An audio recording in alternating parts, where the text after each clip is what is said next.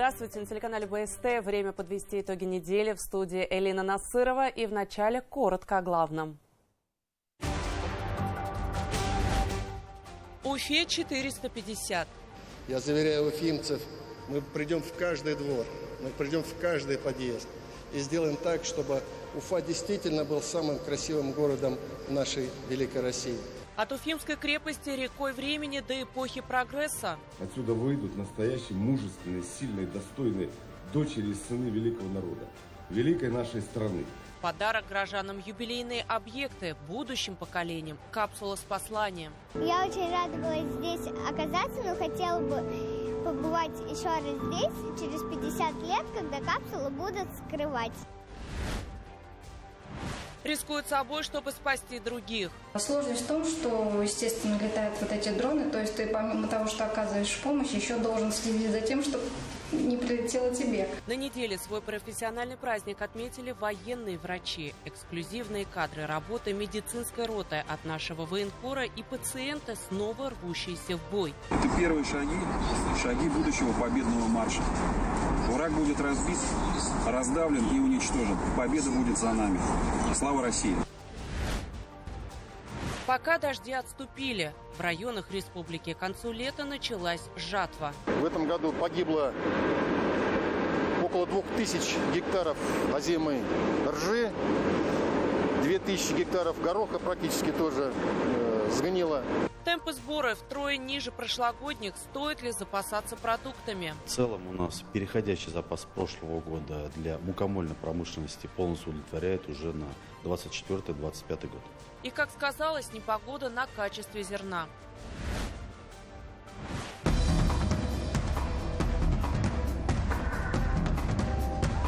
И в Уфе вновь билось сердце Евразии.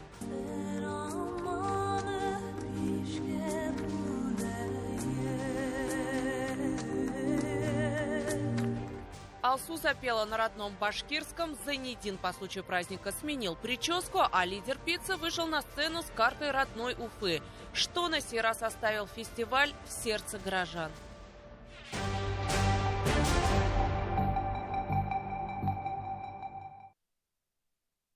Президент России Владимир Путин поздравил жителей Уфы и Башкортостана с 450-летием основания столицы республики. В поздравлении говорится: столь впечатляющий юбилей – прекрасный повод обратиться к богатой истории города, вспомнить имена ваших выдающихся земляков, которые прославили Уфы ратными победами и трудовыми свершениями, научными, творческими достижениями и спортивными триумфами. Важно, что, сохраняя свой самобытный облик, город устремлен в будущее, динамично развиваются его экономика и социальная сфера, открываются современные высокотехнологичные производства, строятся новые школы, театры, дворцы культуры, стадионы. И, конечно, в Уфе созданы все условия для проведения масштабных международных форумов, престижных спортивных турниров. В основе этих успехов традиции уважения и взаимопонимания между людьми разных национальностей, религий, культур, инициативы и трудолюбие уфимцев, их умение ставить перед собой высокие цели и добиваться результата, говорится в поздравлении президента. Череда юбилейных мероприятий в честь юбилея башкирской столицы началась с возложения цветов к памятнику Герою России имени Галиши Муратову. Участие принял глава республики Ради Хабиров вместе с почетными гостями.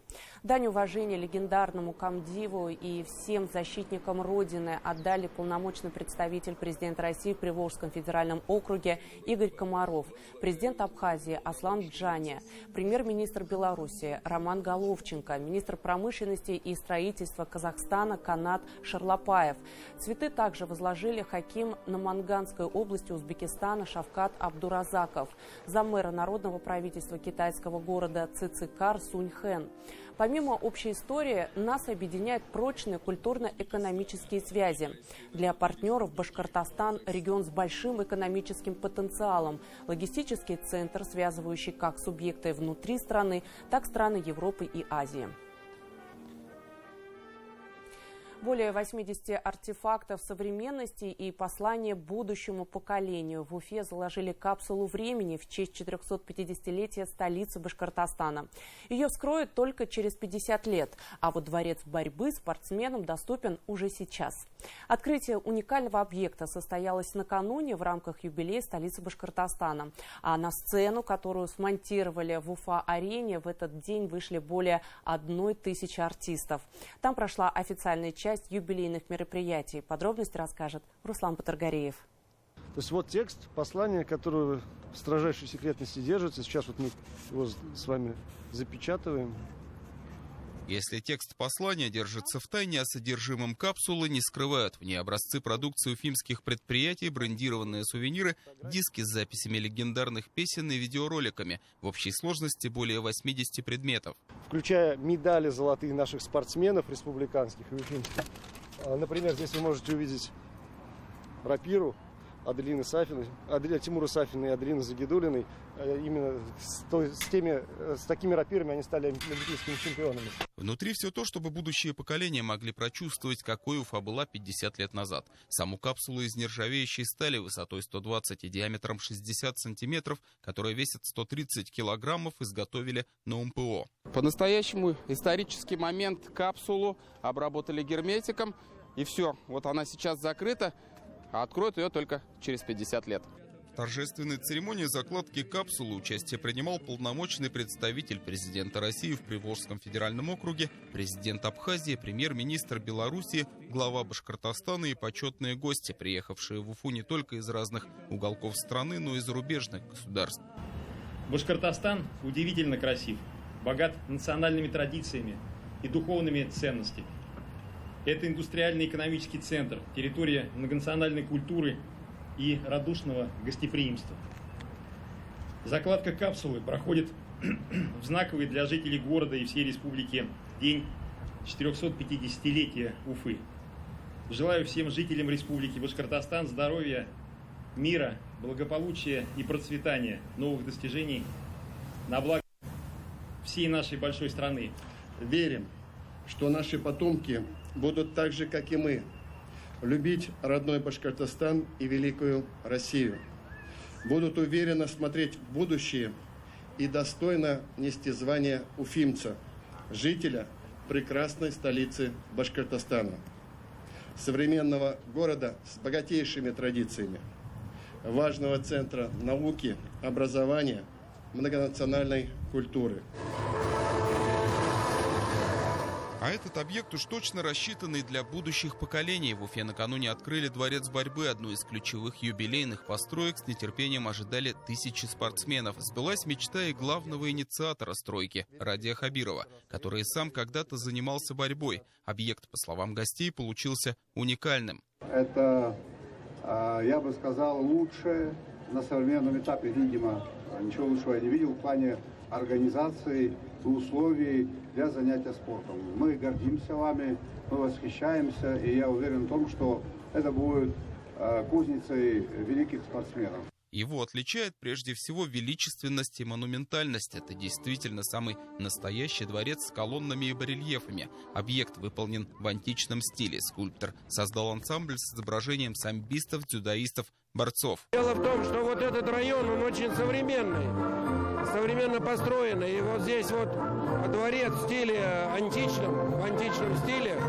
Это тоже обращение к древности, к классике, к основам. Дворец состоит из спортивно-концертного зала, амфитеатра для 3400 человек, тренировочного зала для единоборств, медцентра, тренажерных залов, 25-метрового бассейна на 7 дорожек. Этот дворец спорта – дань уважения великим спортсменам, которые вот за моей спиной стоят. Здесь великие спортсмены. С благодарностью за то, что они защищали знамена нашей великой страны. Я многим обязан греко-римской борьбе, многим я обязан своему тренеру и тем годам, которые я посвятил, занимаясь спортом. И вот с тех пор у меня всегда была мечта, думаю, как мне отблагодарить моих тренеров, как отблагодарить великих спортсменов и как создать условия для мальчишек и девчонок, чтобы они могли заниматься в хорошем, замечательном дворце спорта. В церемонии открытия приняли участие представители ключевых спортивных федераций дзюдо, самбо и непосредственно спортивной борьбы. По итогам осмотра они дали высокую оценку объекту, выразив надежду, что именно здесь будут ковать будущих чемпионов. Делились своими впечатлениями с президентом Международной федерации. Все в общем-то в восторге, и мы с нетерпением ждем момента, когда мы сможем здесь организовать уже какие-то крупнейшие международные соревнования. Я хочу поблагодарить Ради Фаридовича и всю его команду, которые создали такой объект. Это подарок для всей России, для всего мира. Он даст новый импульс для развития всех наших видов спорта. Очень приятно с нашими братьями, коллегами, друзьями делить тренировочную площадку и вместе добиваться результатов на благо страны и на благо, конечно, республики Башкортостан. Юбилей Уфы – событие общероссийского значения. Такие праздники проходят не чаще, чем раз в полвека и требуют больших вложений, чтобы действительно преобразить город. С началом СВО все ранее запланированные объекты распределили по приоритетности. Наиболее значимые – Восточный выезд, Башкирский театр кукол, Центр детской онкологии, гематологии, Дворец борьбы открыли к юбилейным мероприятиям. На остальных работы еще ведутся, ведь, как уже подчеркивалось, юбилей будет длиться до конца года. Дворянин Артемьев прибыл в Башкирский край для очерчивания места. Решено на Троицком холме возвести Уфимский Кремль. Так глашатые в 1574 году объявили о строительстве Уфимской крепости, после чего на берегу Белой началось возведение сооружения на месте нынешнего монумента дружбы. Отсюда и началась история города. Официальная часть празднования юбилея Уфы прошла в спорткомплексе Уфа-Арена. Ярким зрелищем стала театрализованная постановка «Река времени». История создания города и его развития до эпохи прогресса. В представлении сыграли более 1000 артистов, почти столько же шили костюмов. Настоящий царский костюм. И уже заставляет себя держать. В этом костюме уже не расслабишься, естественно. Мне очень приятно в честь такого юбилея представлять столицу именно в этом образе. Размах, с которым отмечается юбилей, говорит о вовлеченности руководства республики. Подготовка к нему шла на протяжении нескольких лет. Благоустраивались парки и территории, открылись объекты, которые будут служить еще не одному поколению. Мы сегодня были на площади Салават Юлаев, монумент. Вообще отлично, там арена, и там понастроили всего хорошего. И там дороги асфальтированные, и в гору, и под гору идут. Вообще красивые, не узнать. Я живу с рождения в этом городе, я очень люблю свой город. И вы знаете, настолько радостно то, что наш город стал так красивый, он так преобразился к юбилею, столько новых объектов, так красиво. И сегодня повсюду по городу проходят такие масштабные мероприятия. Я хочу поздравить всех жителей нашей республики с юбилеем, с праздником. Я горжусь, что я живу в этом прекрасном городе. Название постановки «Река времени» символичная. История соединяет прошлое с настоящим и будущим. Забыв то, что сделано предками, не получится идти вперед, как и если не работать сейчас для того, чтобы жили комфортно потомки. Чтобы через 50 лет, вскрывая заложенную накануне капсулу времени, они могли гордо сказать «Спасибо за крепкий фундамент, заложенный предыдущими поколениями». Руслан Батыргареев, Равиль Рахимзянов, Азат Ишбулатов. Итоги недели.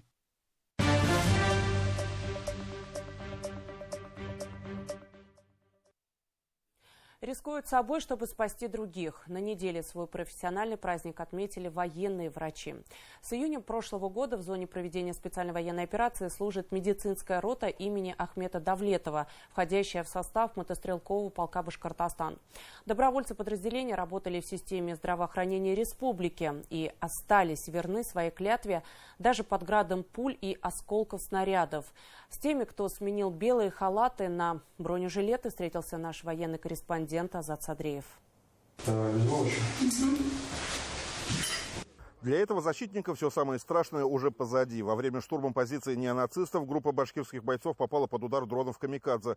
Следом наших накрыли минометным огнем. Осколочные ранения, контузии, кровопотеря. Но военные врачи успели вовремя добраться до него, оказать первую помощь и эвакуировать с поля боя. Сейчас наш земляк идет на поправку и собирается вновь встать в строй. Из его тела достали все осколки. С груди, с руки, с поясницы. Спасибо огромное. тоже безболезненно, укол сделали, мах, вот, вытащили, достали. А то мешали дышать, поэтому спасибо огромное сотрудникам тоже, что так лечат нас, ставят на ноги. Кроме нас, кто еще будет защищать? Наши деды, отцы защищали Родину. Также и мы, кому не чуждо, тот идет, защищает. Текущие боевые действия не похожи на другие, говорят военные врачи. Пулевых ранений практически не бывает. Пациенты в основном поступают с осколочными травмами от FPV-дронов и артснарядов. Есть осколки, которые располагаются подкожно. Через 2-3 месяца после ранения эти осколки капсулируются. И становится более безопасно их извлекать. Без повреждения артерий, крупных сосудов, вен, нервных пучков. То есть это более приемлемо и менее болезненно травматичная ситуация. 3 года назад по линии Минздрава сюда приехала врач с позывным «Луна». Чуть позже заключила контракт с Минобороны. Дома она работала фельдшером на скорой помощи. Теперь помогает нашим бойцам на передовой. Эвакуировать, конечно, нам как девочкам не приходилось. У нас в основном мальчики этим занимаются, но помощь оказывалась, да. Сложность в том, что, естественно, летают вот эти дроны. То есть ты помимо того, что оказываешь помощь, еще должен следить за тем, чтобы не прилетело тебе. Вот, ну и, естественно, скорость. То есть вот немножко вот это сложновато, а так все как всегда. Также все знаем, свои дела, свое дело, все как положено. Как и все башкирские подразделения, медроту имени Ахмета Давлетова тоже провожали на фронт с Советской площади в Уфе. Республика полностью снарядила наших военных врачей всем необходимым, включая санитарные автомобили, медикаменты и оборудование. Запасы оперативно пополняются по запросу.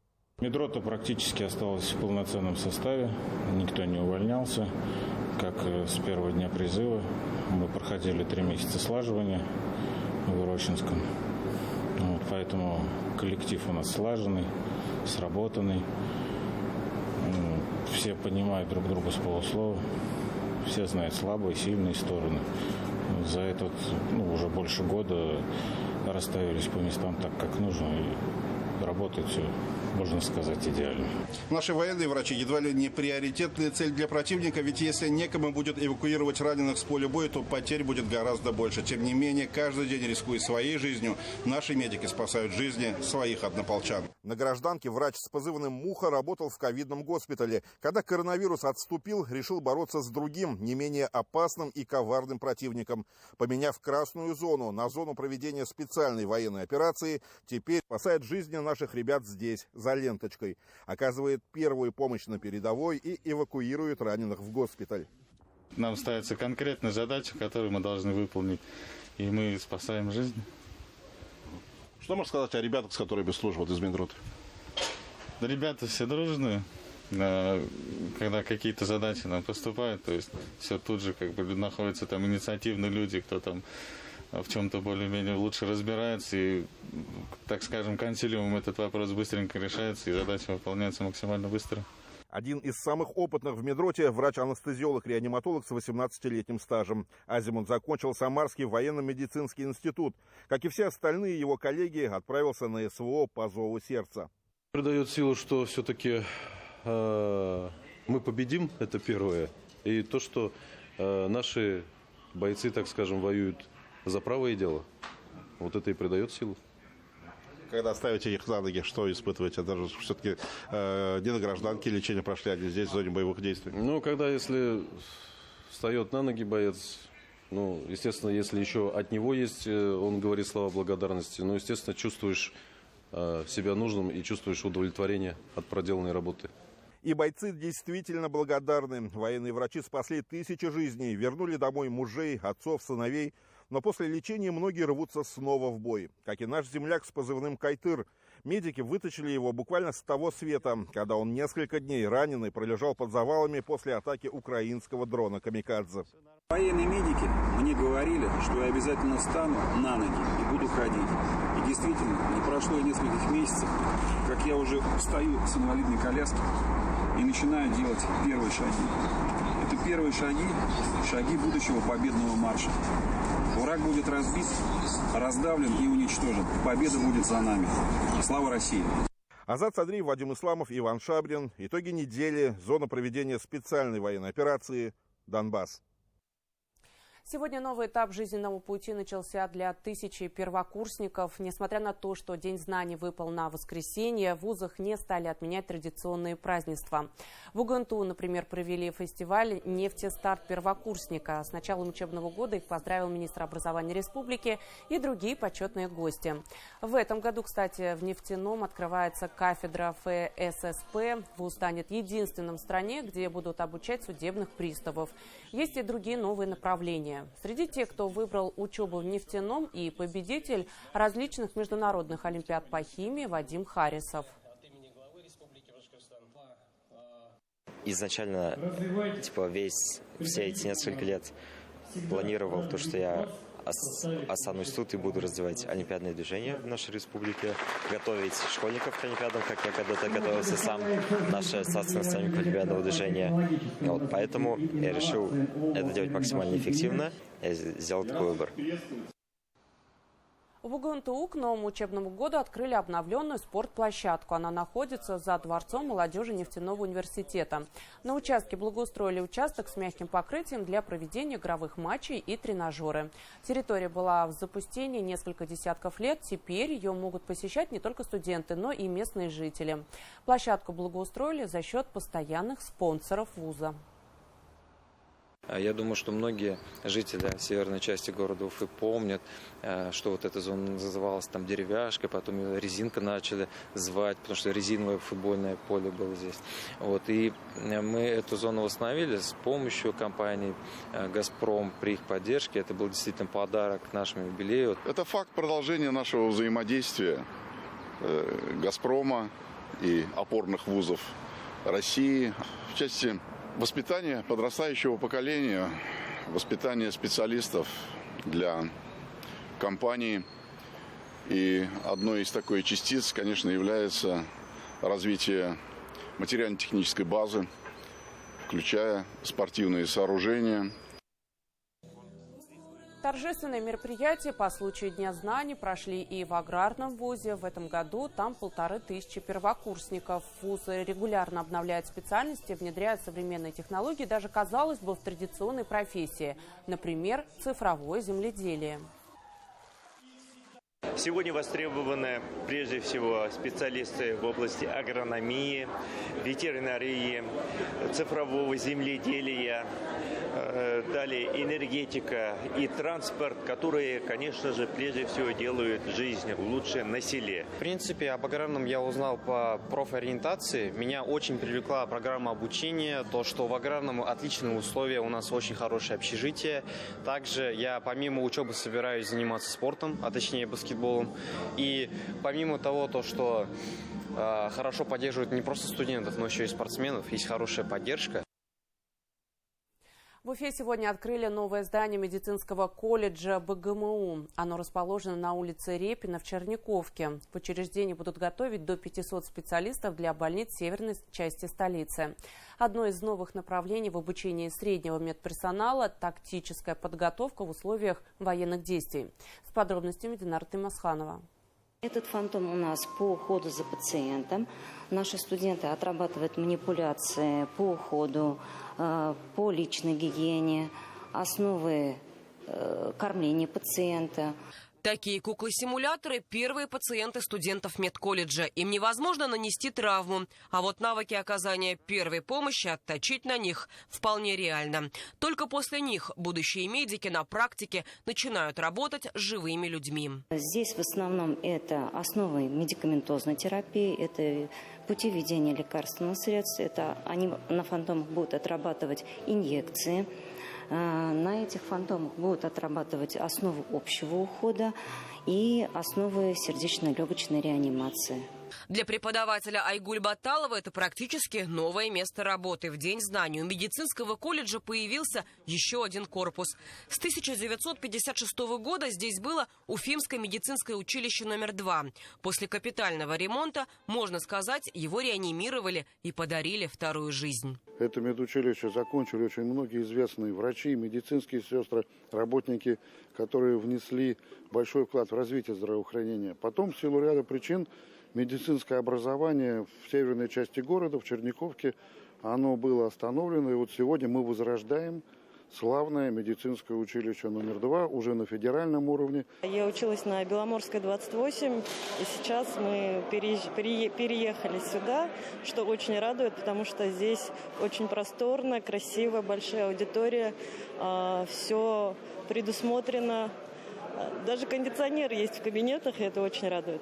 После ремонта здание отвечает всем современным стандартам. Первые 200 будущих медсестер и фельдшеров начали учебу сегодня. Гостям они показали умения по оказанию помощи пациентам, в качестве которых выступили манекены. А вот в условиях военных действий отрабатывали полностью сами студенты друг с другом. Приглашенные участники СВО подсказывали, как делать это правильно. Но первым делом жгут, перекрытие артерии, подачу крови. Иначе потом тяжело будет. Когда уже уведут в желтую зону, оранжевую зону, где поспокойнее, там уже будет более детально проводиться осмотр на ранение. В учреждениях здравоохранения республики потребность в среднем медперсонале остается. В регионе разработаны программы по поддержке специалистов. Одна из популярных – земский фельдшер. По ней за трудоустройство на селе средний медперсонал получает 500 000 рублей. Улучшение условий обучения в том числе входит в системную работу по привлечению кадров в отрасль. Очень важный шаг для подготовки специалистов с медицинским средним образованием. Во-первых, для северной части города, где очень много больниц, у нас складывается целая инфраструктура.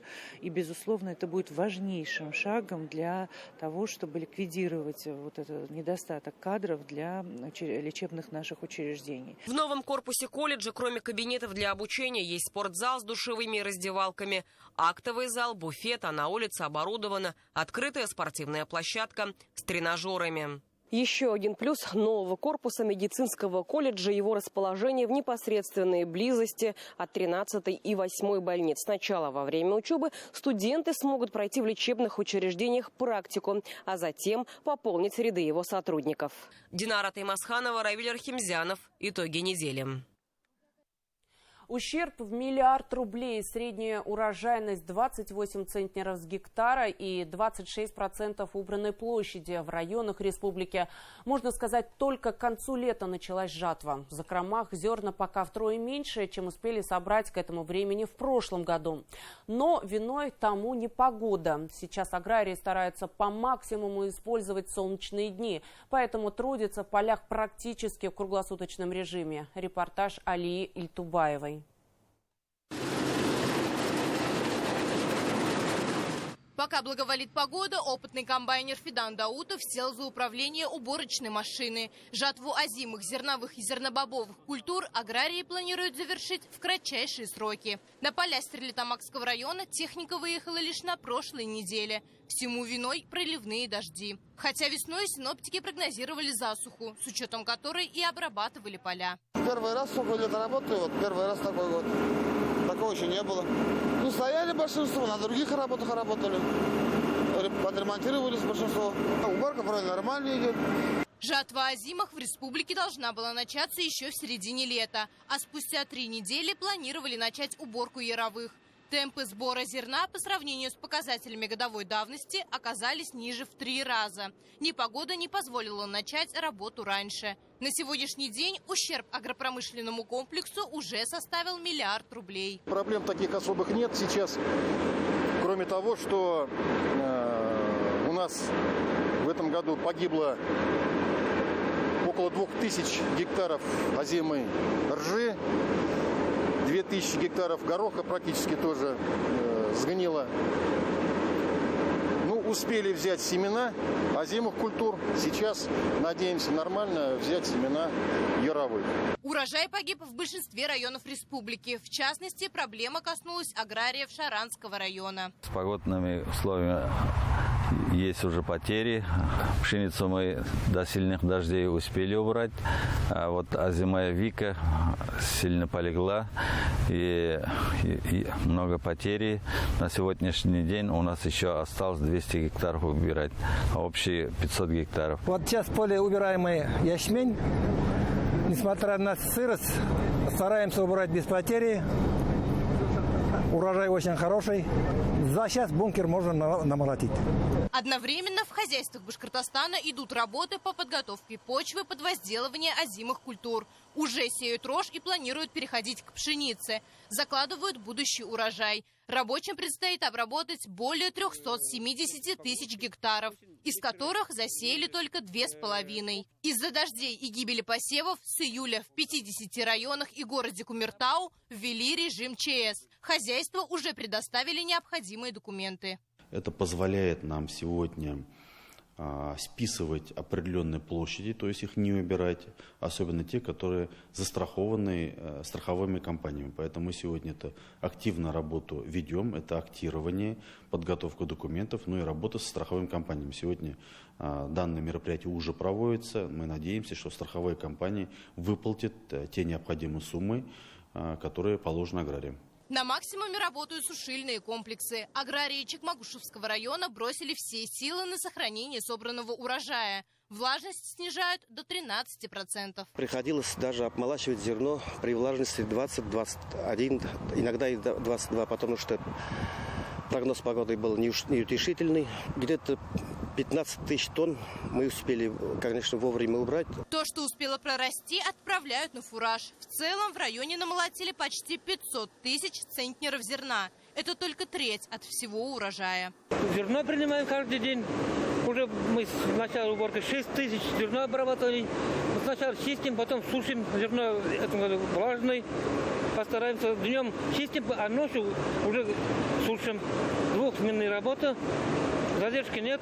50 тонн за час мы сушим. Тем не менее, дефицита продовольствия и муки в республике ожидать не стоит. Комментируют ситуацию в Минсельхозе Башкортостана. Уверяют, полки пустовать не будут. В активной фазе находится предуральская и южная зона, зауральская и северо-северо-лесостепь. Значит, у нас немножко опаздывает, потому что у них озимых культур нет, у них в основном яровые культуры. Если у нас сентябрь весь будет, ну, скажем так, недождливая, солнечная, конечно, культура сегодня набирает обороты, поэтому мы, думаю, вовремя уберем. В текущем году нас ожидает перепроизводство основных видов сельхозкультур с учетом переходящих запасов, поэтому у нас каких-либо проблем с продбезопасностью мы не видим. Кроме того, началась копка сахарной свеклы. Собранный урожай примут 2 завода – Раев сахар и Чешминский сахарный, каждый из которых сможет переработать более 1 миллиона тонн корнеплодов. В целом, говоря о сложившейся ситуации, пока солнечно, оперативно идет жатва. Аграрии настроены позитивно и стараются помочь республике пополнить прилавки магазинов хлебом собственного производства. Алия Ильтубаева. Итоги недели.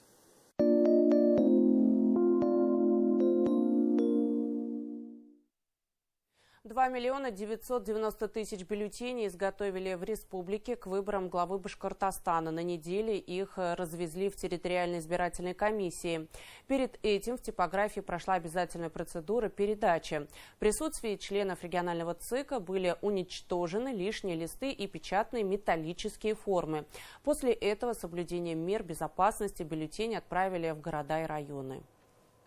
В соответствии с календарными планами сегодня происходит передача бюллетеней из типографии «Белая река» через управление специальной связи в территориальной избирательной комиссии. Всего изготовлено порядка 3 миллионов бюллетеней по выборам главы Республики Башкортостан и 65 тысяч бюллетеней по дополнительным выборам Государственного собрания Курултая Республики Башкортостан. Бюллетени изготовлены на русском, башкирском и татарском языках.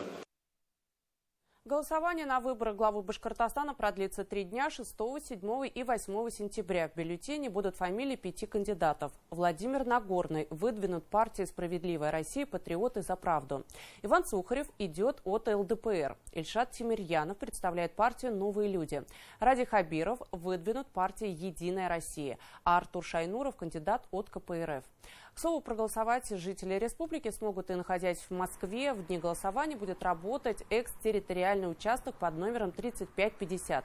Он расположен в здании полномочного представительства республики на Доброслободской улице. Подать заявление на голосование можно через госуслуги или в самом избирательном участке до 2 сентября. Ожидаем населения наших, в основном ждем студентов, молодежь, проживающих наших жителей, выходцев из Республики Башкортостан, у которых активная, можно сказать, регистрация по месту жительства в Республике Башкортостан. Ну и, соответственно, военнослужащих, родственников военнослужащих, которые как бы у нас постоянно останавливаются в нашем представительстве. Алсу спела на башкирском, Зайнеддин посвятил голову Уфе, а Сергей Приказчиков вышел на сцену с картой столицы. Это лишь часть событий 8-го международного фестиваля искусств «Сердце Евразии». Последние годы республика славится как площадка для проведения федеральных форумов и пилотных проектов. Имидж открытого региона уже заработан, что привлекает иностранные государства и бизнес. В этом году фестиваль искусств «Сердце Евразии» стал частью празднования 450-летия башкирской столицы. И уже одно это обязывало его стать незабываемым. Кто сделал самое романтичное предложение руки и сердца? Кому Николай Басков подарил розу? И другие моменты фестиваля, которые навсегда запечатлели его в наших сердцах, расскажет и покажет моя коллега Анастасия Чебаева. Мы приехали с Мелиуза ради такого праздника. Приехали из Кумертау, из Куиргазинского района. Приехал с Казахстана вместе с детьми, с сестрой. Приехали из города Мелиуза. Там видят, наверное, вот едут с Белорецка и погодку сделали нам. Вот кому, оказывается, нужно говорить спасибо за ясное небо в эти дни. Благодаря такой обширной, даже международной географии и образовалась цифра 145 тысяч зрителей. Столько людей посетили фестиваль за 2 дня. Вместе с этой многотысячной публикой мы заряжены не то что на 100, на все 450%. В этом году фестиваль проходит под слоганом «Сердце Евразии собирает друзей». Поэтому на сцене те, для кого Уфа стала родной или по рождению, или по зову сердца. И неудивительно, что фестиваль открылся выступлением группы «Пицца». Сергей Приказчиков и его сестра выросли на проспекте Октября. Если бы зрители могли поближе рассмотреть карту на футболке артиста, то точно бы обнаружили там эту улицу. Каждый раз, выходя на сцену в Уфе, я ощущаю себя как ученик на экзамене. Все эти улицы видели меня вот маленьким вот таким. И я выхожу на сцену как раздетый.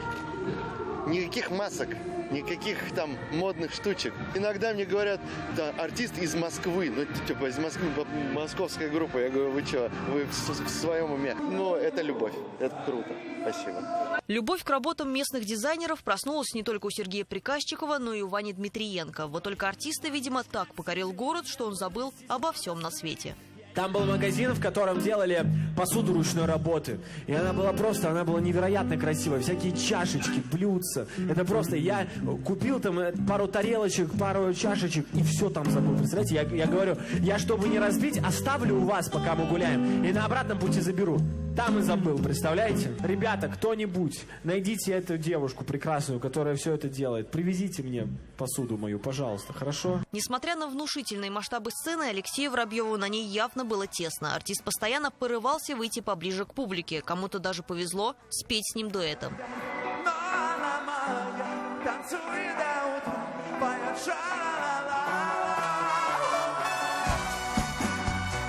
Волосы Алексея Воробьева лежали, как всегда, идеально. Но вот Зайнеддин взял уже оригинальностью образа. Представить «Сердце Евразии» без этого исполнителя невозможно. Он развивался параллельно тому, как рос сам фестиваль. Я вообще люблю экспериментировать над прическами, над своими образами. Даже сегодня просто решил выйти в такой косухе. И прическу такую я сделал буквально вчера. Здесь написал я «Уфы», здесь 450. Но я думаю, это символично. Для меня это юбилей большого города, моего родного. Наши парки стали совершенно другими. Они стали очень сильно классными, крутыми, оборудованными. И сейчас я каждые выходные стараюсь выходить в какой-нибудь парк, в котором я еще даже не был. С такими плакатами могли вполне поспорить фанаты другого исполнителя. У поклонников Элвина Грея на это есть свое мнение. И, конечно, горячая смесь одного из самых популярных исполнителей Башкортостана и песни, остающейся хитом более 20 лет, не оставила шансов остальным. Громче, чем этой композиции, зал уже не подпевал никому.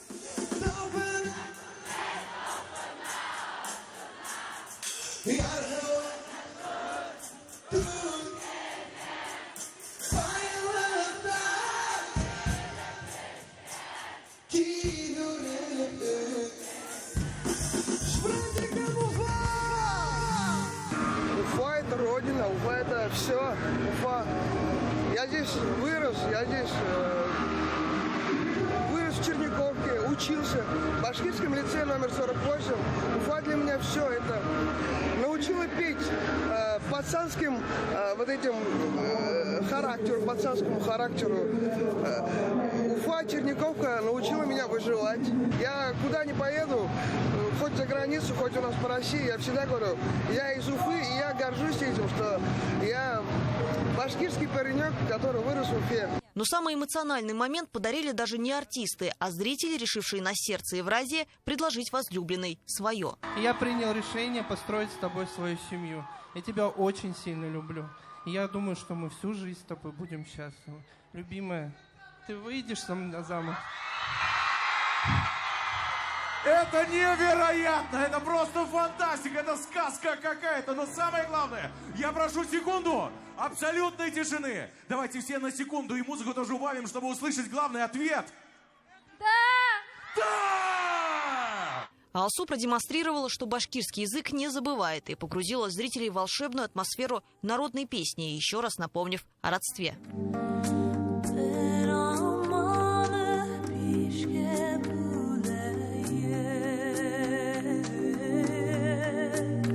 Всегда безумно счастлива приезжать сюда. Это моя вторая родина. Родилась я в Татарстане, но мой папа, как вы знаете, из Башкортостана. И вот я всегда с таким трепетом приезжаю и вот на эту родную землю. В общем, поэтому у меня сегодня эмоции, конечно, самые наилучшие. Народный артист Башкортостана. Так начинается представление Николая Баскова. С республикой он уже и в самом деле породнился. И одна из композиций звучала словно признание. Я знаю.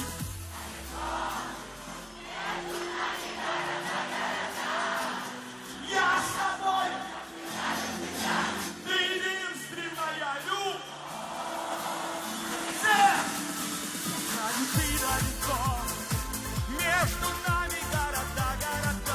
Действительно, республика уникальная. И меня часто вот спрашивают, где отдохнуть там в России. Все говорят, Сочи, там Алтай. Я говорю, друзья, вы не видели Башкортостан? Обязательно поезжайте сюда и проведите здесь время. Здесь и целебные источники, и рафтинг, и невероятная природа. А про кухню я вообще молчу. Я не знаю, после Башкортостана придется опять на диету садиться. Поэтому всем долгих лет жизни, радости, сладости, как башкирский мед, и исполнения всего задуманного. Огромный, казалось бы, по размерам амфитеатр был заполнен людьми. И главным здесь было даже не то, что происходило на сцене, а то, что творилось на протяжении всех 2 дней фестиваля напротив нее. Эмоции тысяч людей, радость, слезы, любовь, которая шла от сердца к сердцу. В какой-то момент Николай Басков берет розу и выходит к первому ряду, где места обычно занимают задолго до начала концерта. И совершенно удивительно там было увидеть зрительницу, которой и предназначался цветок. Шарманка, ночами рыдая, страдает шарманка, стирая улыбки. Возможно, это самая пожилая зрительница фестиваля. Таким в этом году было сердце Евразии. Сердце, которое десятки тысяч людей наполнили любовью.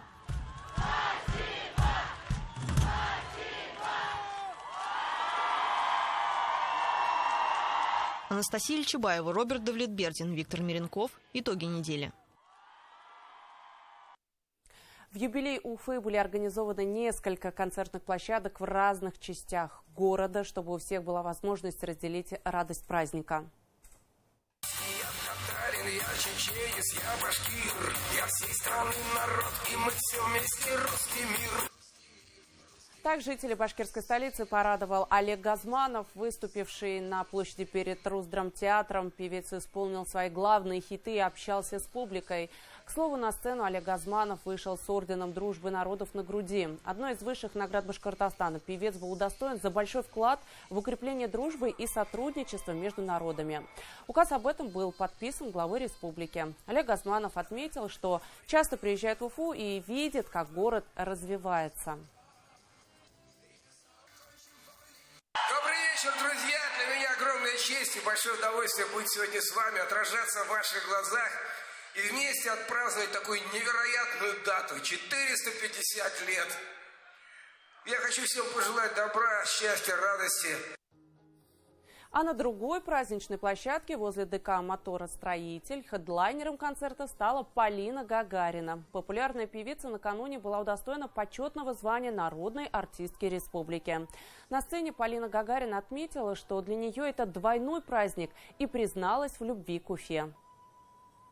Красивому, чистому городу, по которому я сегодня даже успела пройтись. Берегите его, берегите друг друга, потому что вы и есть то самое сердце города. И от вас зависит многое, если не все. Будьте внимательны друг к другу, будьте заботливы друг к другу. Обнимайте друг друга всегда, каждый день, сердцем. С днем рождения, Уфа! Будьте здоровы, будьте счастливы. Только вперед! К новым победам! Ура! Такой была уходящая неделя. Спасибо, что были с нами. Оставайтесь в курсе событий вместе с телеканалом ВСТ. До свидания.